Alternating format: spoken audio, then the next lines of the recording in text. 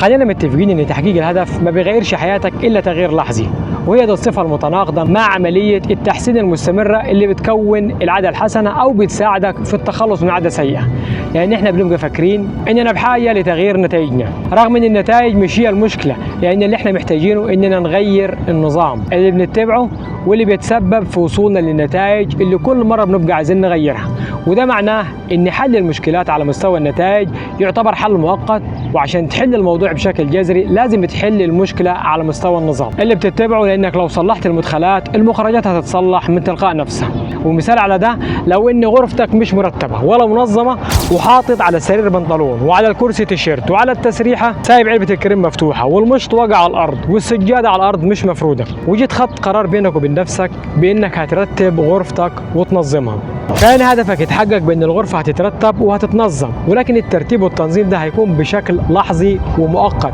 لانك لو رجعت لنفس عاداتك اللي بتتبعها في يومك العادي داخل غرفتك كل حاجه هترجع من تاني مش مرتبه ومش منظمه، لو تغييرك كان على مستوى النتائج مش على مستوى النظام اللي المفروض تمشي عليه، بان كل حاجه تكون مرتبه وفي مكانها ومنظمه.